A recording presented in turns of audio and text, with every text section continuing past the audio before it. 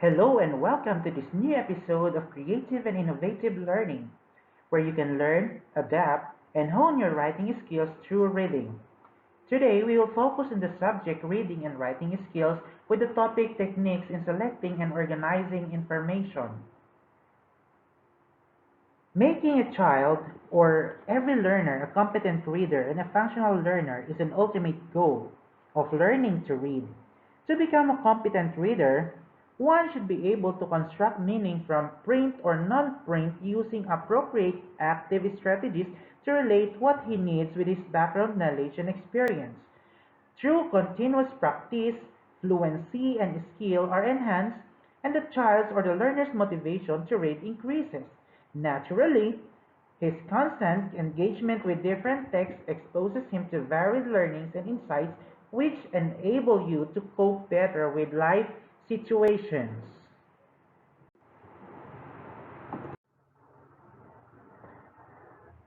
This is Sir Igoy, your buddy in your journey of learning. Also, I will help you learn the basics and strategies of reading and writing. I have my YouTube account, Igoy Media, that will help you understand the different contexts and contents in English. Before we proceed on the specific details, let us realize our reading habits and attitudes by having this self-survey. I want you to get any sheet of paper and have a self-survey. Do you have now your paper with you? 5, 4, 3, 2, 1. Alright, let's proceed. You have to analyze your reading habits and attitude by responding with yes, doubtful, or no based on the category. Letter A is the physical factors that affects your reading habits. In terms of vision and hearing, regular time for reading, quiet room, good lighting facilities, good posture, general health. Letter B is the comprehension. Defining purpose before reading. Reading with undivided attention, thinking while reading, identifying key sentences or phrases, efficient reading to answer questions. Critical reading, outlining or summarizing ideas, skimming, following written directions. Next is we have the vocabulary. In terms of wide vocabulary, unlimited technical vocabularies, contextual meaning, pronunciation via dictionary or audio. Letter D, verbal reading, pronunciation of unfamiliar words, self-confidence, interpretive reading, critical reading. Letter E, ability to use study aids. Study aids are the materials, place for reference materials, online or offline materials, printed materials. Letter F is your reading diet, pattern of reading, therapeutic reading, mystery stories and comic books, leisure reading, realistic stories or informative reading. Letter G is your personal efficiency, how efficient you are. In terms of time budget, confidence of reading ability, self-direction in decision making, interpersonal relationship, dialogue with elders, social relationship, confident of vocational future, ambitious towards a college degree, choice of a college or a university.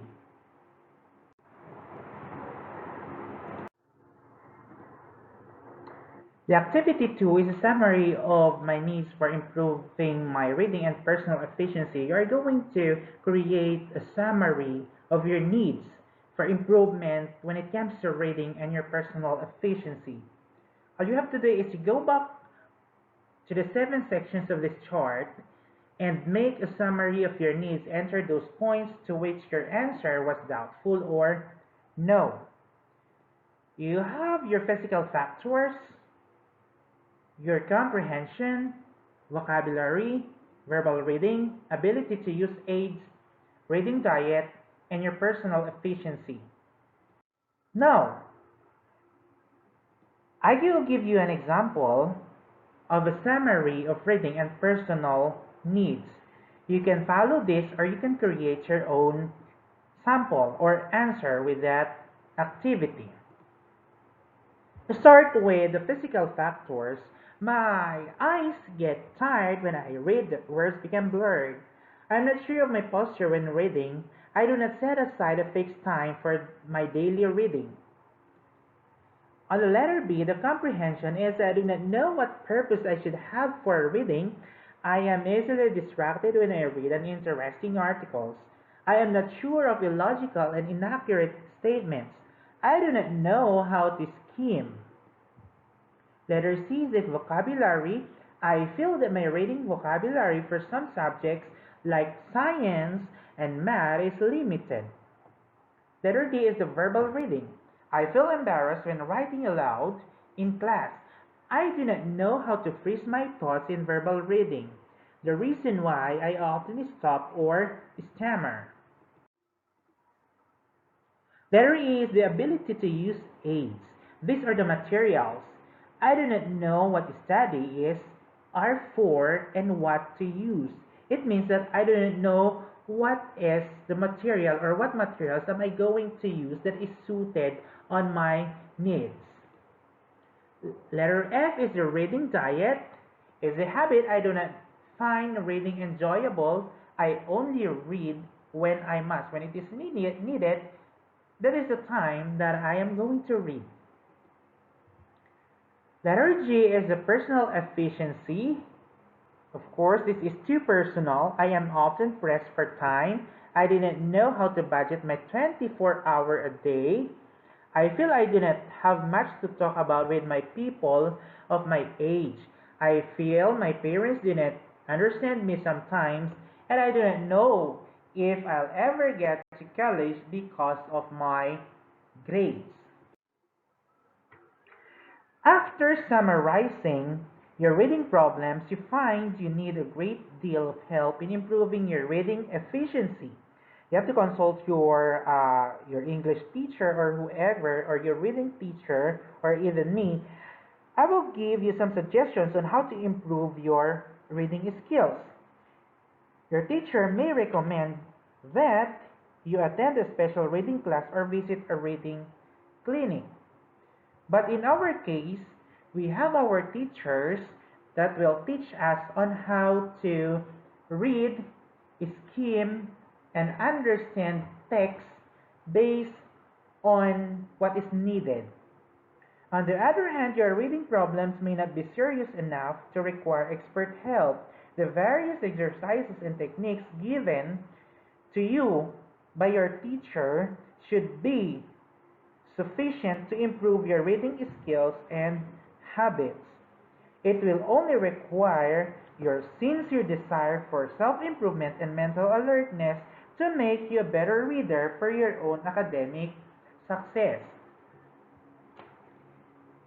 With this is the reference that we are using, the module that is being developed by an schools division of Bulacan. Now, let us move on by defining reading. It is a process of looking at a series of written symbols and getting meaning from them. In reading, we use different techniques to help us understand the words, phrases, sentences, or paragraphs which challenge our beliefs, inspires our imagination, and expands our understanding of the world. According to the National Reading Panel of America, there are 5 critical areas that serve as foundation of reading development. They include phonemic awareness. Under this phonemic awareness, you have the rhymes and alliteration, parts parts of a word, sequence of sounds, blending of sounds, phoneme segmentation, transition into written segmentation, written language. But that is not our topic. You have also the phonics and decoding, the vocabulary instruction. In vocabulary instruction, there are cases that the best predictor of reading achievement plays a vital role in every aspect of reading, from understanding the plot or gist of a simple text to interpreting appreciation the most complex text. Scientifically, based on research, it tells us that children learn the meaning of most words indirectly through everyday experiences with oral and written language. However, it is important for teachers also or the learners to address the word learning directly. The fourth one is the fluency. Fluency is the ability to read text accurately, smoothly, quickly, and expression. Some students are able to read orally with speed, expression, and smooth decoding, but they do not understand what they read. These students are not yet fluent readers because fluency also requires comprehension. To be termed as a fluent reader with a particular text, an individual must be able to read effortlessly, use expression, and read recognized words quickly. He must have developed automaticity and must understand how to group words quickly to gain meaning from the text. The last one is the comprehension, wherein in comprehension, it really demands to prolong two-prong attack. It involves the cracking and the alphabetic code to determine the words and thinking about those words to construct meaning. In reading, you have to decode, you have the phonemic awareness, spelling, vocabulary fluency, and the thinking comprehension, constructing meaning, and metacognition.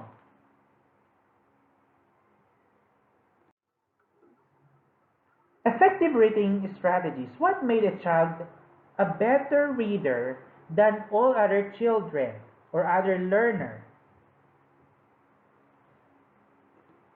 In the study of proficient readers, David Pearson was able to determine several common strategies used by proficient readers that enabled them to make sense of the text.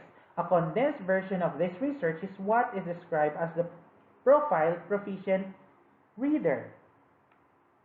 A good reader is metacognitive, that he is aware of the and able to use and articulate the following strategies in order to interact with the text and enhance meaning, like making connections.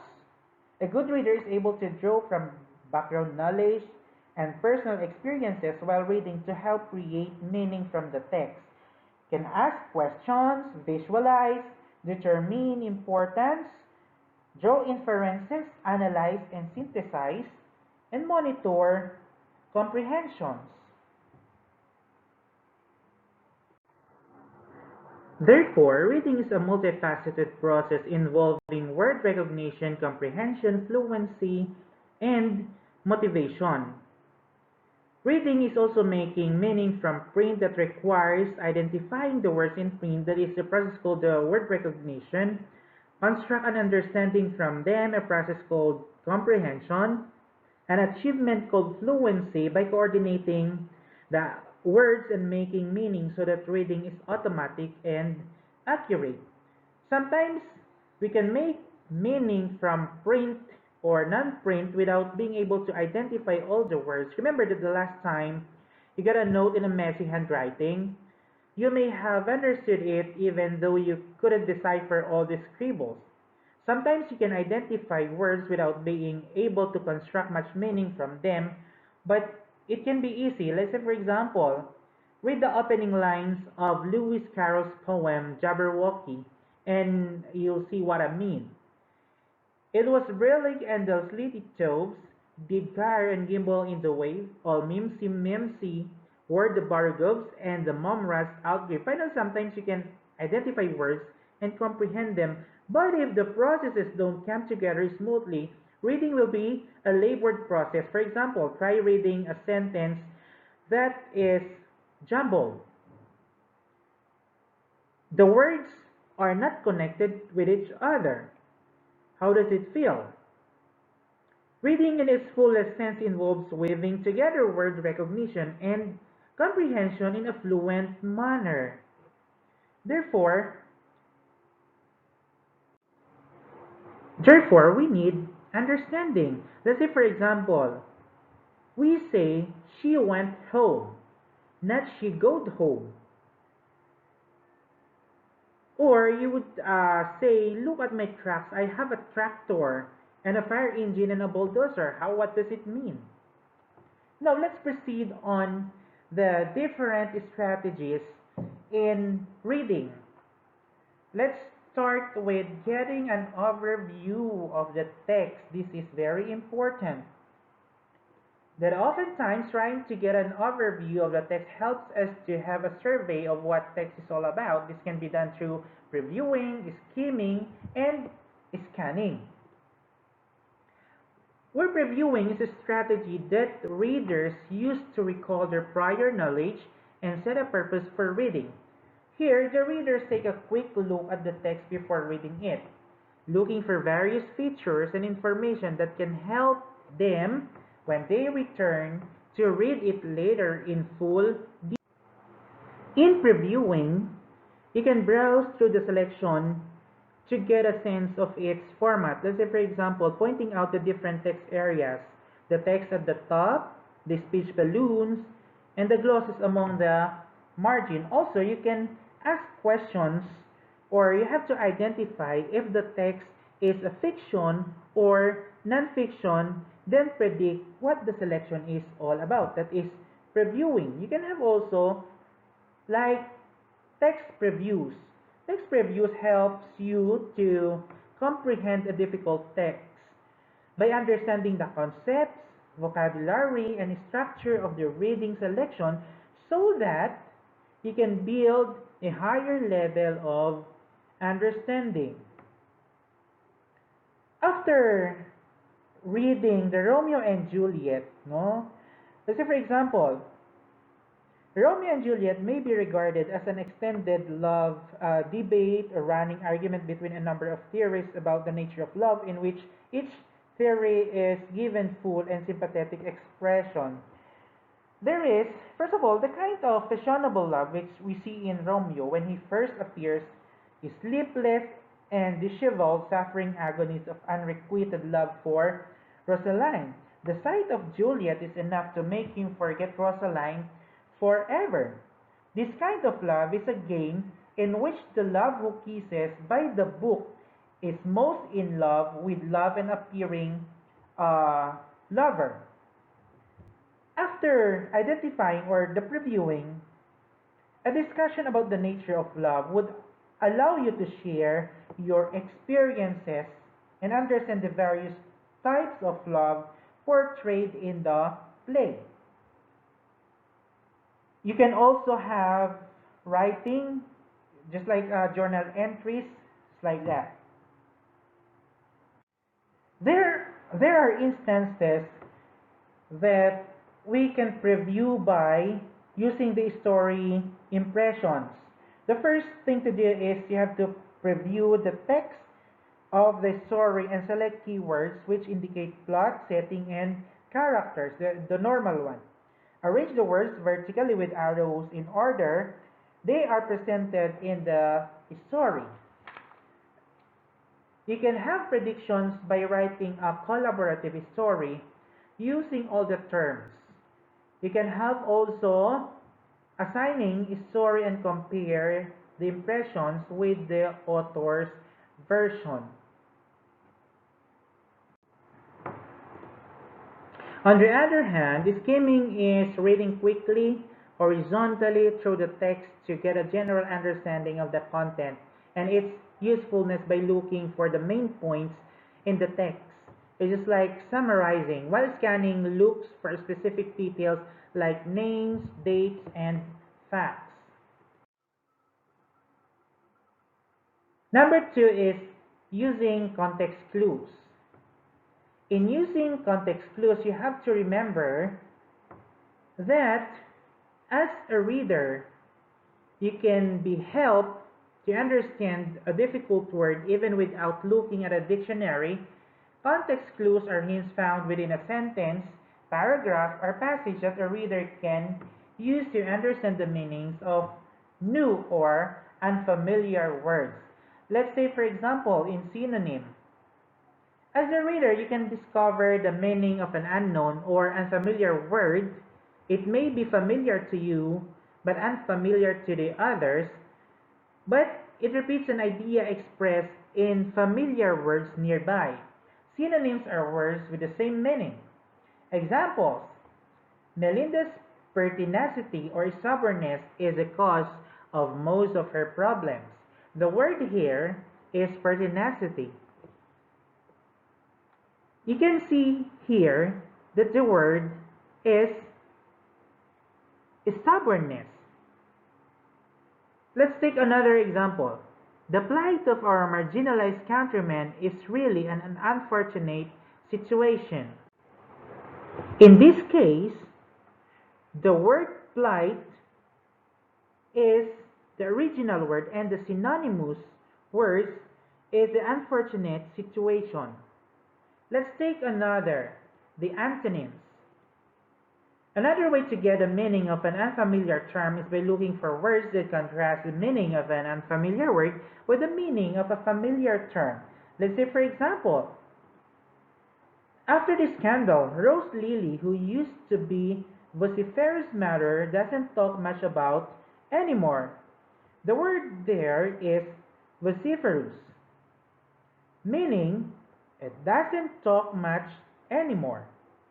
Another example for understanding: instead of holding clandestine meetings, the board decided to do everything openly. The word there is clandestine, meaning openly.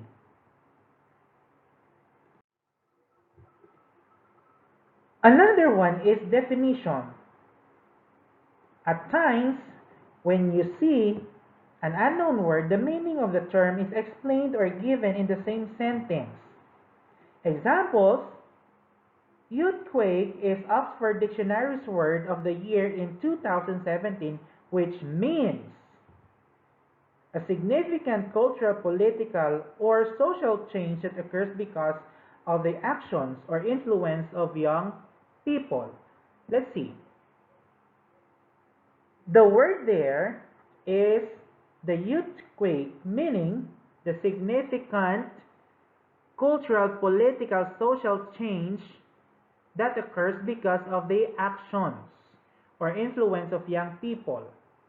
The other example here is the generation born after January 1st, 2020, which succeeds the Gen Z, is called the Gen Z after the viral coronavirus.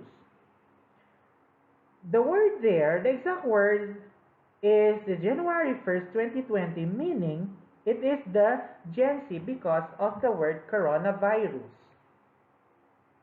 The third one is the example. Sometimes examples are used as clues that shed light to the meaning of the unfamiliar word. We have the example: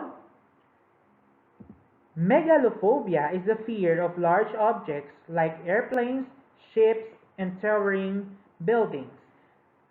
The word there is megalophobia, meaning is an airplane or airplane, ships, and buildings. Another example: the dulcet tone of cello, piano, and violin are very pleasing to the ears. What do you think is the word? Exactly, the word is dulcet, meaning is a cello, piano, or a violin. Now, in using connotation and denotation, this is the third one. It is another or other way to improve your understanding of a text by determining the various meanings of a word through denotation and connotation. Let's take first connotation. It refers to the literal or dictionary meaning of a word, while connotation is more suggestive. Let's see. Connotation is the idea or feeling that the word invokes or suggests. Also, the word can either have a positive or negative interpretation. Let's take a look at this chart. You have the words, denotation, connotation. The word is blue. The denotation, the clear blue sky is a wonderful sight to behold, meaning is a color or that resembles the sky or ocean. While connotation, it says here, I've been feeling blue since my best friend left and returned to the province, meaning feeling sad. The next word is glare. The glaring ray of the sun causes his eyes to twinkle, meaning it's dazzling. While the connotation, my teacher glared at Jess who was playing Mobile Legends in the classroom, meaning looked angrily.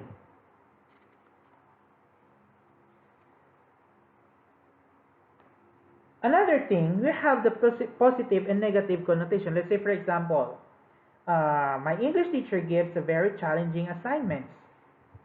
What is the positive connotation? It says that it arouses competitive interest or action. How about my teacher or my English teacher gives very taxing assignments? Taxing meaning it's a stressful and difficult one. Now I would like to end this discussion with some points to ponder for the next episode. A knowledge of how the reading is act is structured will give you an intelligent insight of your word identities through processing and your ability to combine your ideas with some printed or non-printed text. Remember also that there are three basic reading skills you have to master to find ease in your reading task. These are word recognition, comprehension, and if you can have the speed of reading. Also, you should know how to derive meanings from context and how to use or refer to dictionaries, be it online, offline, or the printed dictionaries. Besides, word knowledge will you will gain an insight on how to comprehend literally, critically, and creatively. Remember that reading opens an avenue of opportunity to learn more about life and things around us. Aside from what we have learned from reading a text, it is also very important to choose the words that we use as we communicate our ideas to other people. Always choose to use positive language that promotes responsibility, equality, and freedom.